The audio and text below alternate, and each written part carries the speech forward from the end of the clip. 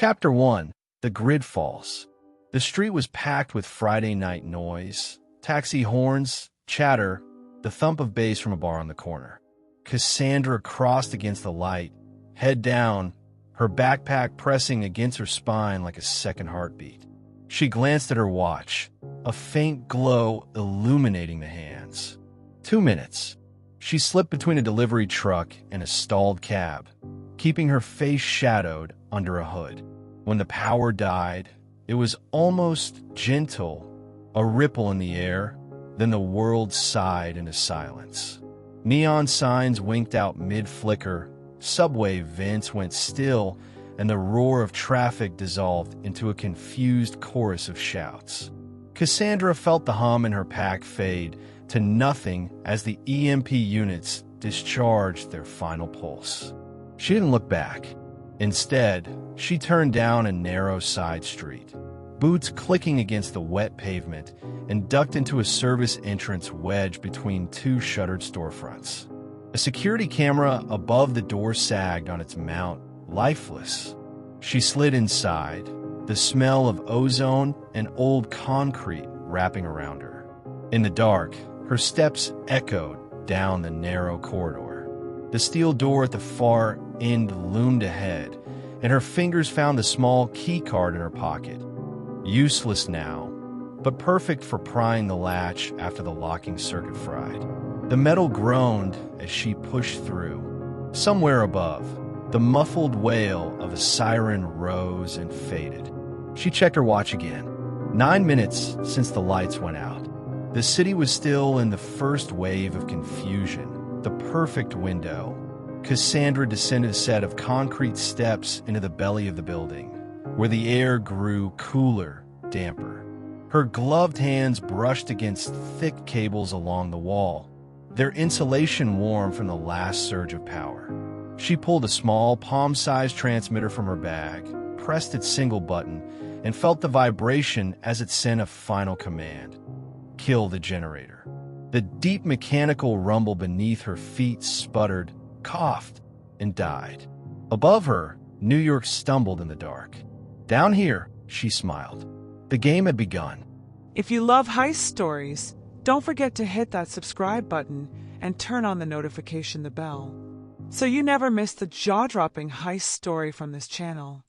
Chapter 2. Cutting the Veins. The hum of the city's lifeblood was gone now. No whirring fans, no background thrum of transformers. Only the sound of water dripping somewhere deep in the walls. Cassandra slid along the narrow maintenance walkway, her boots whispering against the grated steel. The relay station was less than 200 yards ahead, a squat concrete bunker beneath a half-forgotten government annex. In daylight, you needed clearance, badges, and 2 forms of ID to get in. Tonight, you only needed nerve. The side hatch was held shut by an electronic deadbolt, its panel dark. She popped the cover with a twist of her screwdriver, exposing a tangle of wiring. A quick twist of copper, and the latch fell open with a hollow clunk. Inside, the air was warm and metallic. Rows of racks lined the walls, blinking with emergency lights powered by deep cycle batteries. Cassandra moved fast, stepping between them, her eyes locking on the red-painted generator housing at the far end. She unslung her pack, pulled out a heavy silver case, and snapped it open. Inside, 2 thermite charges and a small cutting torch. She worked in silence, the only sound the hiss of the torch as she carved a neat, glowing seam into the generator casing. The smell of scorched metal filled the room. When she pried the panel away, heat rolled out, carrying the steady tick of machinery, struggling to keep up. The first thermite charge went in low, nestled between the rotor housing and the fuel intake. The second she placed high, just beneath the control interface. A single pull of a wire loop armed them both. She stepped back, counting under her breath. A flare of white light erupted, swallowing the small room in sparks and smoke. The sound was more hiss than bang, the machines dying in slow agony as molten metal dripped onto the floor. Within seconds, the blinking emergency lights faded to black. She zipped the case shut and swung the pack over her shoulder. The air in here would be bad soon, and she had places to be. Outside, the world was still blind, but not for long. Patrols would be forming, radios crackling with half-baked orders. Cassandra's watch ticked forward. Less than 30 minutes in, and the city's heart lines were severed. Time to get closer to the gold. If you love heist stories, don't forget to hit that subscribe button and turn on the notification bell, so you never miss the jaw-dropping heist story from this channel. Chapter 3: The Vault Approach. The street above was chaos now. Horns blaring in the dark, drivers shouting through open windows, the echo of breaking glass somewhere to the east. Cassandra kept to the edges, moving with the pedestrians who stumbled along with phone flashlights and cigarette lighters for guidance. Her hood shadowed her face. In the confusion, she was just another shape in the dark. A narrow alley took her to the delivery bay of a shuttered department store. The steel roll-up door was half-rusted and tagged with graffiti, but it hid the access stairwell she needed. She pushed through, her hand trailing along the cold brick as she descended into the belly of the building. At the bottom, a metal door stood flush with the wall. She knelt, pulled a flat pry tool from her pocket, and worked the edge until the latch gave. Behind it, the air smelled of oil and dust, the scent of the old subway lines that hadn't seen passenger service in decades. She stepped onto the gravel bed between the rails, her flashlight throwing a narrow beam ahead. Somewhere far above, sirens wailed and faded. Down here, the world was muted, only the distant rush of water through unseen drains. The tunnels twisted, branching into arteries that had once carried trains beneath the financial district. Cassandra followed her mental map, counting paces, keeping her turns exact. She had learned these paths years ago, back when she was still in uniform, helping the city harden its transit infrastructure. She passed a rusted junction box, its panel torn away, wires dangling like veins. A perfect spot for the jammer. From her pack, she pulled a small black cylinder with a stubby antenna, pressed the side button, and watched the red LED blink to life. That pulse would keep every camera and radio in the Fed's lower levels deaf for the next 2 hours. She kept moving, the air growing cooler, damp stone walls sweating in the dark. Somewhere ahead, a faint glimmer, not light, but the reflection of her own beam bouncing off the curved steel of a maintenance hatch. Behind that hatch, 50 feet of tunnel, and then the outer perimeter of the Federal Reserve's underground. She checked her watch, calculating the distance and the next set of movements. Every minute she lingered was another chance for the city to adapt, for order to claw its way back from chaos. And she wasn't about to give it that chance. If you love heist stories, don't forget to hit that subscribe button and turn on the notification bell, so you never miss the jaw-dropping heist story from this channel. Chapter 4: The Breach. The hatch was cold to the touch, its bolts stiff with rust. Cassandra knelt, sliding her pry bar into the seam. A grunt, a twist, and the seal cracked with a hiss of stale air. She slipped inside, careful to close it behind her. The tunnel beyond was narrow, just wide enough for maintenance carts, its walls lined with old conduit. She could feel the vibration of heavy machinery somewhere ahead, faint, erratic. Backup systems trying to breathe life into a corpse. The path ended at a blast door, 8 inches thick, painted the dull gray of things meant to be ignored. A keypad and biometric scanner sat dark on the wall beside it, lifeless in the blackout. Perfect. From her pack, she drew the spike, a slim, insulated rod tipped with a coil of copper. She pressed it into the seam between the scanner housing and the wall, thumbed the switch, and felt the rod vibrate. The device coughed a burst of electromagnetic noise into the dead circuits, leaving them scrambled beyond repair. Then came the charge. She pulled 2 flat pouches from her case, peeled the adhesive backs, and smoothed them onto the metal at knee height.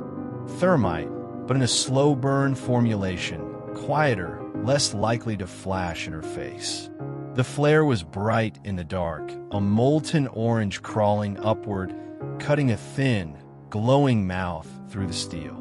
She counted the seconds, listening for the hiss to fade. When it did, she shoved the plate inward, stepped through, and found herself in the service hallway of the Fed's lower level. The place was darker than the tunnels. Without power, it was stripped of its usual hum. Only the sound of her own boots on polished stone tiles. Marble walls rose on either side, lined with heavy doors that led to records rooms, staff lockers, and deep storage. She passed them without pause. The map in her head pulled her left, then right, then down a short flight of stairs to the vault antechamber. Another blast door loomed here, this one larger, more stubborn. A dead keypad hung at its side like a severed nerve. Cassandra crouched, unpacking her tools. This would take longer. The timer in her mind was merciless. She was already more than halfway through her window, and the gold was just on the other side. If you love heist stories, don't forget to hit that subscribe button and turn on the notification bell, so you never miss the jaw-dropping heist story from this channel. Chapter 5, The Hall. The cut was slow, each inch of glowing seam eating precious seconds. Cassandra kept her breathing steady, feeding the burn along the arc she'd marked in chalk. The steel groaned when she shoved the final wedge free, the panel landing with a muted clang against the marble floor. Beyond it, the vault chamber was a shadowed cavern, lined with reinforced cages and towering stacks of cash, shrink-wrapped in thick plastic. Gold bars sat in neat, cold rows on the far side, catching the faint spill of light from her headlamp. The air was cool, conditioned even without the main systems running. She moved quickly, pulling the waterproof barrel from her pack, a collapsible, heavy-duty cylinder designed for river transport. Each bundle of bills slid in tight, the muted thump of paper on paper swallowed by the vault's acoustics. She counted automatically, the rhythm ingrained from her years of supply logistics. 1 bundle, 2, 3, stacked to the left, stacked to the right. Outside, faint vibrations shivered through the floor. Heavy boots, maybe a team moving through the upper levels. She worked faster, swapping stacks of hundreds for gold ingots, balancing the weight. Sweat slid down her spine despite the chill. She was deep in the city's most secure chamber, but the blackout wasn't infinite. She could feel time thinning around her like ice ready to crack. Her gloves squeaked faintly against the plastic wrap as she shoved the final bundle into place. She sealed the barrel, twisted the locking ring, and hoisted it upright. The weight was punishing, but she'd trained for that. A sound from the hall, metal on metal. Someone trying the door she'd breached. Cassandra killed her headlamp. The darkness wrapped around her like armor. She slipped the barrel's harness over her shoulders, tightened the straps until the load hugged her back, and moved toward the service stairs at the rear of the chamber. The only way out that wouldn't take her straight into whoever was trying that door. The antechamber echoed with a distant shout. She didn't look back. If you love heist stories, don't forget to hit that subscribe button and turn on the notification bell, so you never miss the jaw-dropping heist story from this channel. Chapter 6, Pursuit. The stairwell was narrow, the kind built for maintenance crews, not for hauling a barrel stuffed with millions in cash and gold. Each step groaned under the load. Her breath came slow and steady, not from fatigue, but to keep her pulse low enough to think. Somewhere below, boots pounded against concrete. Voices carried up, muffled but urgent. She froze, hugging the wall, and counted the echoes. 3 men, maybe 4, moving fast. She turned and went up instead, aiming for the second-level access to the old subway spur. That hatch hadn't been used in years, which was exactly why she'd chosen it in the planning stage. The weight on her back made the turn into the access corridor awkward. The barrel scraped the wall once, sending a dull boom down the hall. She clenched her jaw. That sound would carry. The corridor bent twice before dead-ending at a rusted bulkhead. She dropped to one knee, yanked a wrench from her belt, and spun the locking wheel. The metal resisted, squealing just loud enough to make her wince. Behind her, the sound of pursuit was closer. They'd heard. The hatch swung open into cold air. She ducked through, boots landing on gravel, and turned sharply left. Ahead, the tunnel opened wider, curving toward the maintenance tracks she'd scouted weeks earlier. She broke into a trot, the load swaying but steady. A voice rang out behind her, sharper now, amplified by the tunnel. A flashlight beam swept across the walls, searching. She kept moving, staying just ahead of the light, her shadow stretching long and thin before her. The barrel dug into her shoulders. She shifted the straps, ignoring the hot bite of friction against her collarbones. A junction loomed ahead, its gate hanging crooked on a single hinge. She slipped through, pushing deeper into the dark. If she could reach the drainage access, she could vanish into the maze beneath the waterfront. But the footsteps behind her were faster now. They were hunting her by sound. If you love heist stories, don't forget to hit that subscribe button and turn on the notification bell, so you never miss the jaw-dropping heist story from this channel. Chapter 7. Into the Maze. The drainage tunnel yawned ahead, its mouth a black oval framed in slick concrete.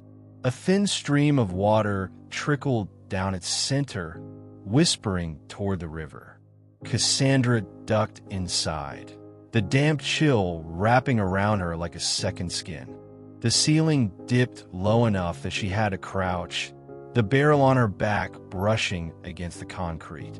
Her boots splashed softly, each step deliberate to keep noise down. Behind her, the voices were muffled now, still in the subway spur, but close enough to push her forward. She counted her turns, right, left, another right. The tunnels forked and doubled back on themselves, a rat's nest built over decades of forgotten civic projects. The smell of rust and algae was thick here. Every wall glistened with condensation, her headlamp beam catching faint motes in the air. She killed the light and stood still, letting her eyes adjust. The darkness wasn't total. Somewhere ahead, the faintest ghost of light shimmered on the water surface. Street lamps, maybe, filtering through a drainage grate. That could be her exit or a dead end. She moved toward it, careful to keep her boots in a narrow strip of flowing water so her footfalls were masked. The barrel felt heavier with each step, the straps digging into her shoulders until her arms tingled. A sudden clang echoed from behind. They'd hit a ladder, maybe try to climb up and find her from above. Good, that would slow them. The faint light ahead grew stronger. When she reached it, she saw the grate, a rusted lattice high on the tunnel wall, just wide enough for her and the hall if she turned sideways. The bars were corroded, one already bent out of place. She pulled her pry bar and set to work, levering the metal until it shrieked and gave. The gap widened. She shoved the barrel through first, then followed, boots scraping against the rough edge. Beyond the grate was a culvert sloping toward the East River. The air smelled briny now, tinged with the metallic tang of the haul she carried. She was close. If you love heist stories, don't forget to hit that subscribe button and turn on the notification bell, so you never miss the jaw-dropping heist story from this channel. Chapter 8. The River's Mouth. The culvert sloped downward, slick with moss and rain runoff. Cassandra dug her heels in to keep from sliding too fast, the barrel's weight threatening to pull her off balance. The sound of the river grew louder with every step, a deep, constant roar that swallowed the city noise. Her plan had been simple. Emerge at the shoreline beneath the abandoned ferry pier, load the haul into the inflatable stash there, and drift downriver under cover of darkness until she reached the secondary safe house. But as she reached the mouth of the culvert, she froze. Two figures stood silhouetted against the faint ambient glow of the city's emergency lights. They weren't in uniform, but the way they held themselves, squared shoulders, scanning the shadows, told her they were professionals. Probably private security, maybe contractors brought in by one of the Fed's insurance firms. One of them lit a cigarette, the flare briefly painting their faces. Male, mid-40s, heavy build. The other shifted, scanning upriver. Cassandra crouched just inside the mouth, the darkness wrapping her tight. She could feel the cold spray from the river on her cheek. There was no way to push past them without being seen. Her boat was just beyond that pier, tied beneath the warped boards. If she didn't get to it soon, her carefully plotted timetable would dissolve. She scanned the shoreline, broken concrete, scattered debris, and a series of rusted mooring posts leading toward the pier. She could use them for cover, but it would mean ditching the main path and crawling over slick stone. With the barrel strapped to her back, it was going to be loud and slow. One of the men turned his head sharply, as if listening. She stayed frozen. The water lapped softly against the culvert's rim. The cigarette ember glowed again. They hadn't spotted her. Not yet. She shifted her grip on the straps, feeling the familiar ache in her shoulders. If she moved now, she had a chance. If she waited, backup might arrive, and then there'd be no way out. The decision came like a snap of wire. She went low and stepped into the night. If you love heist stories, don't forget to hit that subscribe button and turn on the notification bell, so you never miss the jaw-dropping heist story from this channel. Chapter 9. Pier Shadows. The night air was sharp, carrying the bite of river water and rust. Cassandra moved in a low crouch, her boots finding silent purchase on the jagged shoreline. The barrel's weight made her sway, but she kept her pace measured, fast enough to close the distance, slow enough not to draw attention. The first mooring post loomed ahead, its base swallowed by the tide. She pressed against it, the cold metal seeping through her jacket. 20 yards to the pier. The cigarette's glow moved. One of the men had stepped toward the edge, scanning the river. The other turned his back, looking inland. Cassandra slipped to the next post, her hands brushing the slime-slick stone for balance. The sound of the water masked her footfalls, but every creak of the straps on her back sounded to her like a shout. 15 yards. A low voice carried over the water, casual but edged. They were talking about the blackout, about whether it was sabotage or just bad luck. Neither sounded convinced it was an accident. 10 yards. The pier's shadow stretched over her now, the boards above warped and split from years of neglect. She could see the faint shape of her inflatable tide beneath, its black surface blending with the river. She was almost there when the cigarette hit the ground, sparks scattering. The man who'd smoked it stepped away from the edge, directly toward her position. Cassandra froze, pressed flat against the post. She could hear his boots crunch on the gravel, each step deliberate. He stopped 3 yards away, scanning the shoreline. His head turned slightly, and for a heartbeat, she thought his eyes had locked on hers. A shout came from inland, muffled, urgent. He glanced over his shoulder, then jogged toward the sound. She didn't waste the opening. She slid to the last post, ducked under the pier, and unclipped the boat from its mooring. The river took it gently, the current pulling her out from under the boards. For the first time that night, she let herself breathe. But upriver, faint lights were beginning to flicker back to life. If you love heist stories, don't forget to hit that subscribe button and turn on the notification bell, so you never miss the jaw-dropping heist story from this channel. Chapter 10, Vanish. The inflatable drifted out from beneath the pier, the current carrying it into the deeper channel. Cassandra kept low, her gloved hands wrapped around the oars, letting the rivers do most of the work. The barrel lay secured in the center, covered with a dark tarp that swallowed the dim light from the city. Behind her, the pier receded into shadow. The two security men were silhouettes now, their attention fixed inland where the shout had come from. She rowed only when she needed to adjust course, slipping between the skeletal remains of old ferry docks.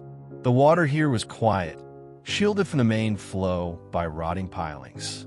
Each stroke was deliberate, soundless, the blade breaking the surface without a splash. On the far shore, pinpricks of light began to bloom. Street lamps, one by one, flickering to life. The blackout was ending. Soon the river would be lit like a stage, and she'd be caught in the middle of it. She angled the boat toward the shadow of an old warehouse jutting over the water, its loading dock long abandoned. This was the first safe waypoint, a place she could vanish before anyone thought to look this far downriver. The inflatable slid beneath the dock, the darkness swallowing her completely. She secured the rope to a rusted cleat, unstrapped the barrel, and hauled it up the warped ladder, her muscles screaming from the weight. Inside the warehouse, the air was stale, heavy with dust and salt. The tarp went over the barrel again, blending it into the clutter of forgotten crates. Cassandra stood for a moment, catching her breath, listening. No voices, no footsteps, only the low hum of the city's power surging back to life beyond the river. She peeled off her gloves, flexed her sore hands, and smiled, just slightly. The hall was here, the window had closed, and she was invisible again. Somewhere, alarms would still be ringing in the vault. Somewhere, security teams would be swarming, searching, arguing about how she'd slipped through their fingers. By the time they realized the blackout had been her cover, she'd be gone. And so would their gold. Thanks for watching. Like, share, subscribe if you enjoyed this crime story. If you've got a theory, memory, or favorite part of this heist, drop it in the comments. We read every single one. If you're into real crime and strange heists, and the kinds of stories they never tell you about in school, make sure to subscribe and tap the notification bell, because we got a vault full of jaw-dropping stories coming your way. Check out more stories like this.